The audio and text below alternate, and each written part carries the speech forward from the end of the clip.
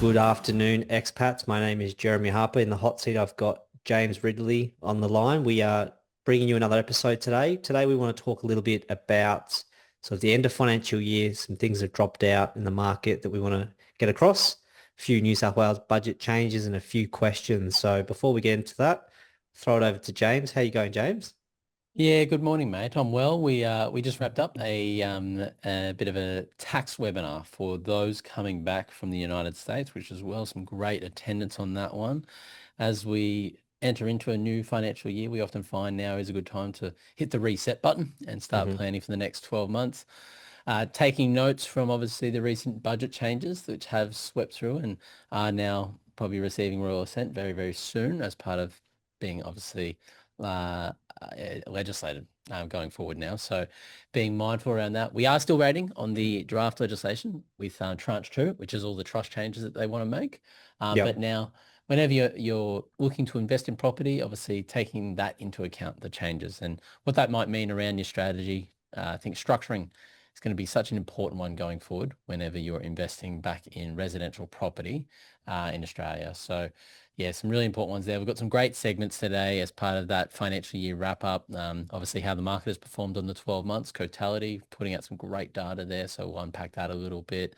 Yep. Where to for the next update from the RBA, obviously, and whether we're going to get a rate increase, cut or hold.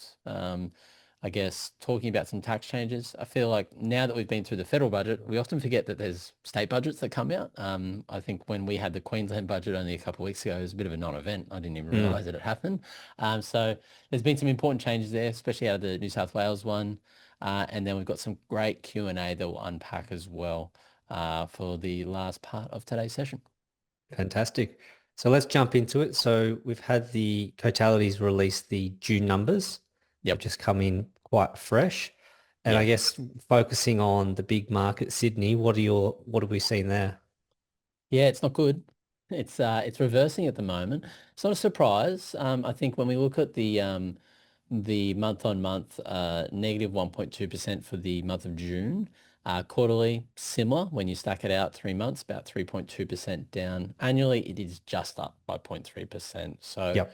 it's really sidesteps for the year. A lot of that's obviously been caused by interest rates going up, less investor demand, and then I'd say a lot of investor demand probably came out of the market very quickly after the budget. So that's only a short period though. Remember that's, month and a half. Mm. So that market and it being stagnant and stale, that would have really started last year for the first 6 months. So it means that we might see that theme continue until there's signs of life where interest rates start to come back down, money gets a bit easier and cheaper to access. What was your thoughts on some of the other majors? Yeah, well, I mean, on Sydney, this is clear. Sydney's a market where it's relatively easy to kind of track it, and it is very much tied to the RBA. So this is on the back of those three rate increases early this year. I don't think the budget's news has filtered into the Sydney market in this data just yet. What I'm seeing on the ground is as February, March, it turned into, particularly February, turned into a buyer's market in Sydney. And now you're starting to see really there's like if you look at some of the clearance rates in Sydney, it was 47.3%. And if Mm. you look at the 4-week average, so we're not just looking at sort of a weekend in isolation, that slipped to 49%. So that they do say that look, anything sub 50% clearance rate, it is Yep. a buyer's market. And that's the weakest it's been in 6 years. So definitely a buyer's market. People can pick, they've got a fair bit of stock to choose from. Um, Mm. the still the A quality type properties where they're presented well are still selling. It's probably similar to some of the commercial market where it's that second tier markets that could have in a hotter market could have still got a really good result. They're Yeah. sitting on the market, and now Yeah. it's a case of the vendor has to meet the market around expectations. Yeah, that's right. I think when you look at probably that high end market where you're sort of selling property for over 5 million, that doesn't really change too much when there's interest rates involved because often buyers aren't getting in those properties aren't usually going out and getting a loan. They're potentially mostly cash buyers, to be honest. The market underneath that, that's where we're seeing it sort of slow right down. Yep. Remarkably, when we compare it to some of the other capital cities, Brisbane's been firing 17.4% on the annual. Adelaide still going well. Adelaide's been storming along quite well, Yep. annualized for a couple of years now. Perth's an interesting one. Perth has just knocked it out of the park for the financial year, 23.9%. Again, Perth is obviously following that mining cycle, so we often see it post some really good numbers depending on the cycle. Darwin is one that surprises me, but I think a lot of investors have flocked to Darwin due to affordability. The Yep. median dwelling price there is 638,000. It's the cheapest across the capitals, and that's why it's probably done so well. Investors are just flocking for what's cheap and what they can rent out. So that's obviously where they're flocking to. Yes. And in terms of rents and yields, so rents are up 5.9% for the year. So Yep. strongest it's been since September 2024. Yep. Incredibly low vacancies again, sitting at 1.5%. So, a lot of people did say, look, the budget is going to push rents up, and that's what we're seeing. And I think that's Mm, going to continue to carry out. So, and that's going to put further pressure on the RBA. I think if you look at the yeah. last readout in terms of the CPI, there was a fair bit related to Yep. housing. There is, yeah. We've seen it time and time again. It happened in New Zealand. It's happened in Australia as well when they got rid of negative gearing back in the 80s. Rents actually skyrocketed, and they did grandfather as well.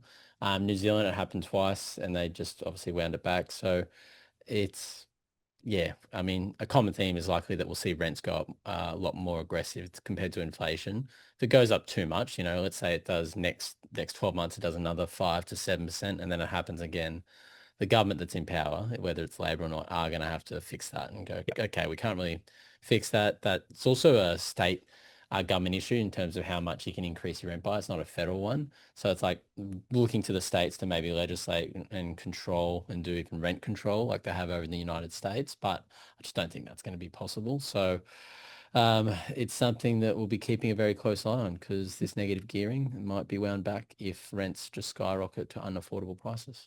Yep. I think that'll get relooked at, or maybe a bit more common sense, Mm. limiting to Yep. a couple of dwellings per person. Yep. So over to Yep. the RBA, so they've released their June minutes, and anything stick out from your end on this one? Yeah, I think going into this, we knew it would be a hold. Yep. The data that came out from obviously the May, the May CPI data wasn't great, but that's expected. Obviously, we get June quarterly CPI later this month. That's still a couple of weeks away. That's going to be really important for that August decision. I think I think we will maybe see one more rate increase. I just think that June quarter is going to be quite nasty, to be honest. They certainly left the door open in terms of what path they're going to take.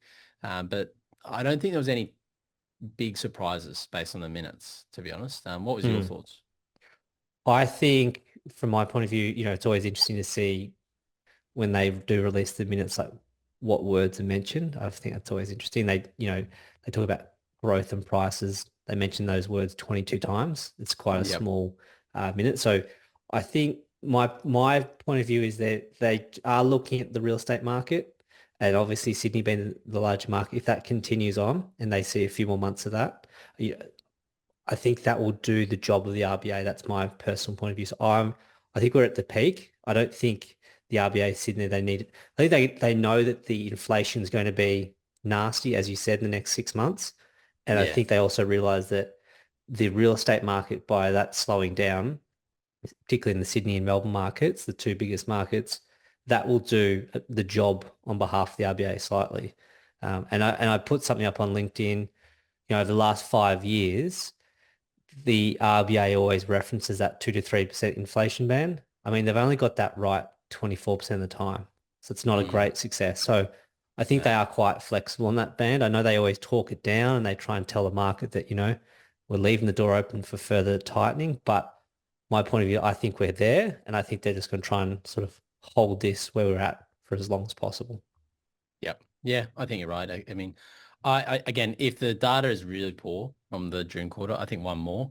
If not, then I think we'll just see it held where it is maybe throughout the year until things come off. It's hard to believe that the Middle East conflict's still going on. I mean, it just seems like we've had a peace deal almost there. Mm. like so many times now, that it's turning into pretty much the Russia-Ukraine campaign in the background, where it's just going to go on in the background. Obviously, the strait will be open, then it'll be closed. They'll be charging obviously a toll. They won't be charging a toll. Just think it's going to kick down the road for a lot longer. Interesting though, oil prices have actually come back now. We even see that when we're filling up our cars at the Bowser. It's definitely come Yep. back. So not having the same kind of inflationary effect when it first did back in March and April. Uh, Yep. Changing lanes now to tax changes hitting property. So I think we can probably zoom out first and look at the federal side and then drill down on probably one of the recent budgets out of New South Wales. Yes. So, I mean, the two big ones is around the capital gains discount being replaced by the indexation with Hmm. that 30% floor on any gains, Yep. and then the negative gearing. So both of those apply to property held. Well, it's been grandfathered in, but Mhm. going forward for new purchases, it relates to people acquiring in their personal name. So we'll touch on that a little bit later, how structure is going to become really important for Yep. property investors in terms of what entity. But that's definitely had significant impact on the market straight away as people are just trying to digest how does this actually work and how does it, practically speaking, how's it going to impact people if they're trying to buy and Yep. sell property? Yeah, I think the fear of the unknown is definitely having everyone obviously push pause on buying an investment property and what it means to them. But the CGT change is very punitive, more punitive for actually expats, non-residents of Australia, so Aussies living overseas, which I think we'll jump into very soon around tax structuring. Yep. Everyone's going to be paying a minimum of 30% on tax gains now. So previously, the maximum tax you would pay when you factor in the 50% CGT discount if you'd owned the asset for more than 12 months was 23.5%. That's obviously slashing the highest tax rate in half. Hmm. So we're all effectively paying an extra 6.5% in tax. And then obviously changing negative gearing, only allowing negative gearing for new builds or off the plans. Everything is still grandfathered, which is good. If you owned it before budget night, that's great. There's that transition period as well.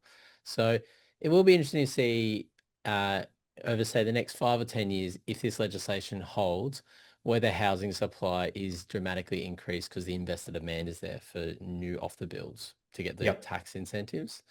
I just don't know if it's going to move the needle, to be honest. No, no, I don't think so at all.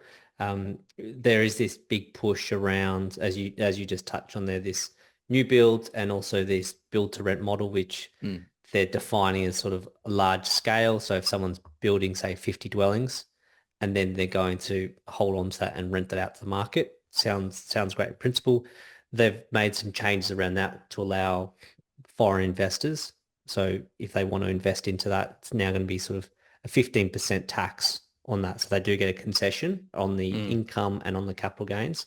So again, yep. that's a huge and accelerated depreciation as well on the back of that 4%. So there's some really big concessions the government's wanting to offer people who are going to bring that sort of build to rent to the market. It's Yep. it's been done in other markets. You look at say New York, they've got a lot of that. It sounds great in principle. Even the idea of putting aside a portion of, say, that 50 units to make sure that's what they call affordable rentals Mm, and pin that into the market. What that yep. means is the other residents just end up covering the cost.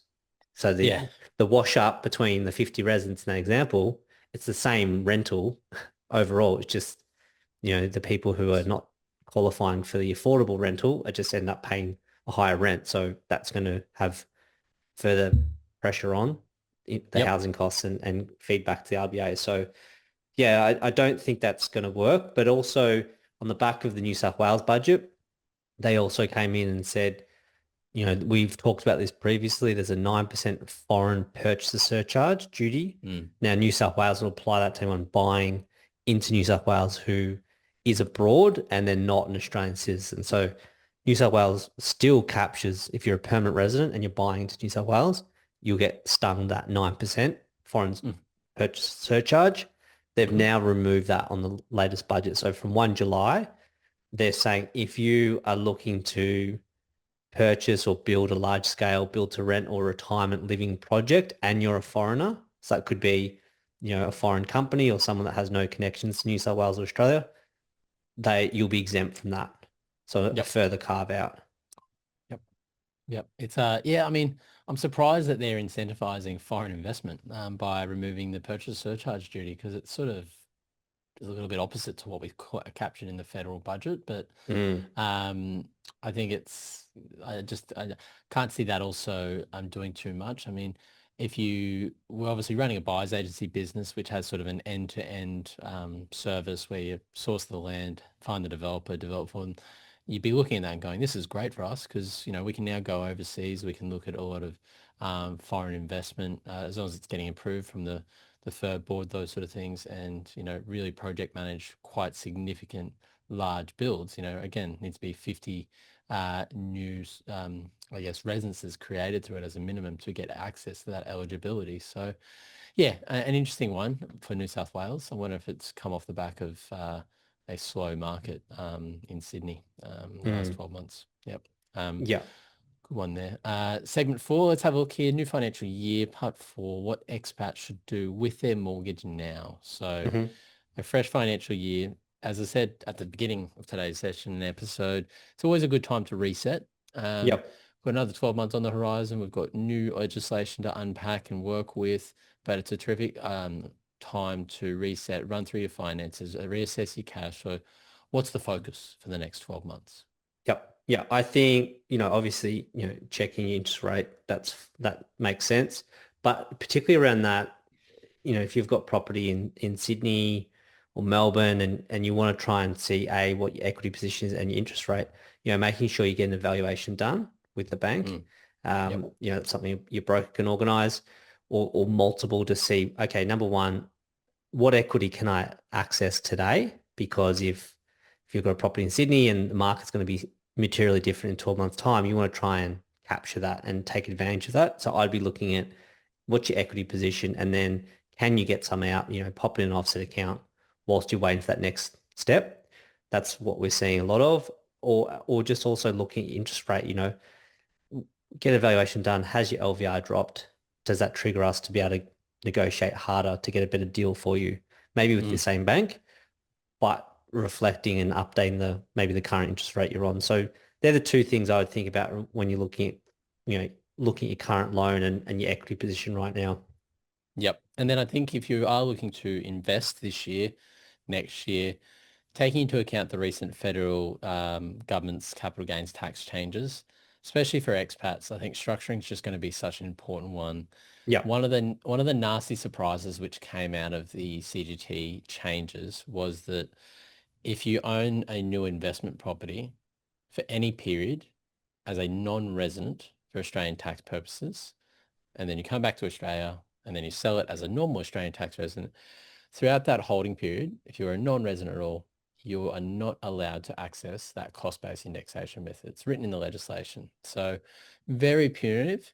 It essentially means that you're paying capital gains tax on the entire gain with no ability to reduce it, except for maybe some cost-based elements. So very punitive. So expats will need to get very strategic around using structures back in Australia. And probably the most common one will be probably a company, setting up a Yep. PTY Ltd company. You'll need to have a director that's in Australia, resident director, family member, and yourself can still be directors. You can be shareholders, even if you're non-resident, that's okay. But you will always need a resident director. Getting finance on that could always be tricky because of the way that banks and the lenders look at you. Yep. But obviously that's something that Jeremy and his team will look at when it comes to setting up the brokerage. But one of the key, I suppose, takeaways if you're using a company structure is that you're capping the maximum tax rate at 30% rather than what would probably be an effective tax rate based on our marginal tax rates, a significant capital gain of up to, say, 42.1%. So you're saving Yep. yourself a lot in tax. But again, remember the benefits of companies are that they can retain the profits, so they can pay tax on the CGT event, but they don't have to pay out the money to you yet. They can keep it in there. You can reinvest it in, say, shares and then slowly drip feed it out to yourself as part of, say, a diversified retirement income strategy in the future. Yep. So companies will become quite important. And I reckon unit trusts will also become Yes. quite important. Yeah. So with the expat on that company hat, I was speaking to a number of banks this week and, particularly on the investor side, speaking with the banks, they're very quiet at the moment. So the Mhm. new inquiry and so they're getting feedback regarding investors in Australia, not just Mhm. expats, but from other brokers as well, saying that is where the flow is going to be. Now, speaking to a number of banks this week about company borrowing for an expat, and some of them are saying, no, we deem that too risky. We're pulling back, or we've changed our policy in the last 6 months. I Yep. think this is going to be, it's going to be changing all the time. I've given feedback to say there'll be a lot more business under the company structure. So banks will, I think banks will meet the market on this because they're going to lose all this business if all they're lending to is investors in their personal name. So I think we'll see banks come into this space with updated policy to allow it. Even though a lot of them right now are saying no, we're not looking at it. You know, banks need to make money, they need to take new business in the door, and that's where the market will be. So if I have a conversation with someone today and go, these are your options, I think in 6 months' time we'll have more options. That's my read of it. Yep. Yeah, absolutely. I think a wait and see at the moment. But yeah, I think if lenders are really struggling, I think they'll start to bring on more products, and Definitely. obviously ideally loosen some of the restrictions there, which will be good, really good for expats as well. Like I'd love to see what the conversations at say Macquarie are because obviously they pulled out of this the They start of the did. year. Yeah, the first ones. Not anticipating this budget because they do a lot of investor lending as well. So I'm sure they're having some serious conversations right now. Oh yeah, hope so. Hope so, because that means good things for us and our clients. Yep. Okay, we've got some questions that have drip fed through from the online drop form. So let's jump into them. I'll read them out as they are. Kind of actually just address this one, so that's a good one. Question one here. Should an expat buy an investment property in their own name or through a company? Yep. So a couple options there. I feel like we kind of unpacked this one a little bit, but yeah, what are your thoughts there, Jeremy? Yeah, probably just to add on back because we've covered off a lot of this is just more the say you're purchasing a property whilst you're an expat, Mm, will you plan to live in that property and yep. when? So if it's going to be your place of residence, that's probably a big thing we need to think about, you know. And if that's going to be in 2 years' time, or if that's going to be in 15 years' time, I guess those answers are going to shape the structure as well. Do you Yeah. see if someone was to buy in a company and then live in that property, let's say in 5 years' time when they move back to Australia or 10 years' time, or I guess they're just things we need to think about. Is there anything we need to be mindful of there? Well, it's always hard. Like if it's a property that you're purchasing that could potentially be the main residence, you'd probably prefer to own it in your own name. And Yeah, the reason for that is, you'll be able to tap into the main residence exemption for that period that you've lived in it, not for the entire ownership period, but for the period that you lived in it. If you're using a structure like a trust or a company, you won't be able to access the main residence exemption at all. So it's only ever going to be treated as an investment property. The holding costs that you incur for when you live in it, they can increase the cost base for capital gains tax purposes. Um, I will add that it's very rare that we see clients, Aussies returning, buy a property that's going to be a main residence and it ends up sort of ticking every box when they eventually move into it. Often mm, we see clients wanting to either offload the property within a 2 to 3 year period because it just hasn't ticked every box. yeah, And the suburb that they've bought in, it hasn't gone through maybe the gentrification that they thought, or it's changed a lot, or it's not yeah, near the schools that their kids are going to, or the university. So I think often it's usually for an investment purpose. That should be the main goal. Build up your capital, build up your coffers in your offset accounts. And that way, when you come back to Australia, you can take out that cash, use that as the deposit for the main residence, and off you go. yeah, yeah. I mean, I think we've had a few clients, shared clients where, you know, they've moved back to where they grew up and then they're a little bit older and actually they go, actually, I want something a little bit warmer. So, you know, they don't want to be Yeah, in Adelaide or a Melbourne. They want to be a that's right. bit further north. So, Come up to the Gold Coast. It's pretty good yeah, up here. exactly. Uh, question two here, one for you, Jeremy. Will lenders even lend to an expat buying through a company? Good Yes, question. yeah. So good question. Touched on it before. There's still, you know, I think I was looking at sort of six plus lenders still in this space. They are there's T's and C's on how to qualify, of course. A few more boxes we need to tick. As you mentioned earlier about that resident director, that's just something we need to work through because the Yep. banks will want the directors to be giving guarantees on that loan. And Yep. then some banks will even say if you've got greater than a 25% shareholder ownership of of that company, they'll also want to wrap that shareholder in as well, which is relatively straightforward. You know, Yep. most directors will have the bulk of the shareholder ownership anyway. So, but Yep. yeah, so that's just probably the major thing we need to think about. Yeah, I think we'll probably see clients, Aussie expats using, I'd say, family members. Yep. If the shareholdership, or sorry, the shareholders are mainly the expats themselves, it would make sense that the lenders also look at their income. And that's where a lot of the income sourcing, financing, serviceability will be coming from rather than the resident director. But the resident director does get called into the application. So if you're using maybe someone that's retired, maybe your parents as an example, um, but they're also using your income basis, then that might be okay. If you're using like a friend that's, working back in Australia, they've got their own personal debts, car loan, credit card, investment property loans, that's going to really slow down the application. And Yep. you've also got to think about from their point of view, your friend or family member, they might not want to have to complete an application. They just thought that they were going to be on there to satisfy the resident directorship and tick a box. So that needs to be given some thought when Yep. structuring and setting up that kind of company. Definitely. Definitely. Because you got to understand your obligations. You know, you're signing on to a loan. Yeah, yeah, absolutely. So just one of those things to bear in mind, and it needs to be with the right person. So that's a really good question. That person that sent through that question, they're obviously starting to think about tax structuring and trying to navigate the new capital gains tax changes for expats. Yep. So I wouldn't be surprised if that's an accountant, to be honest.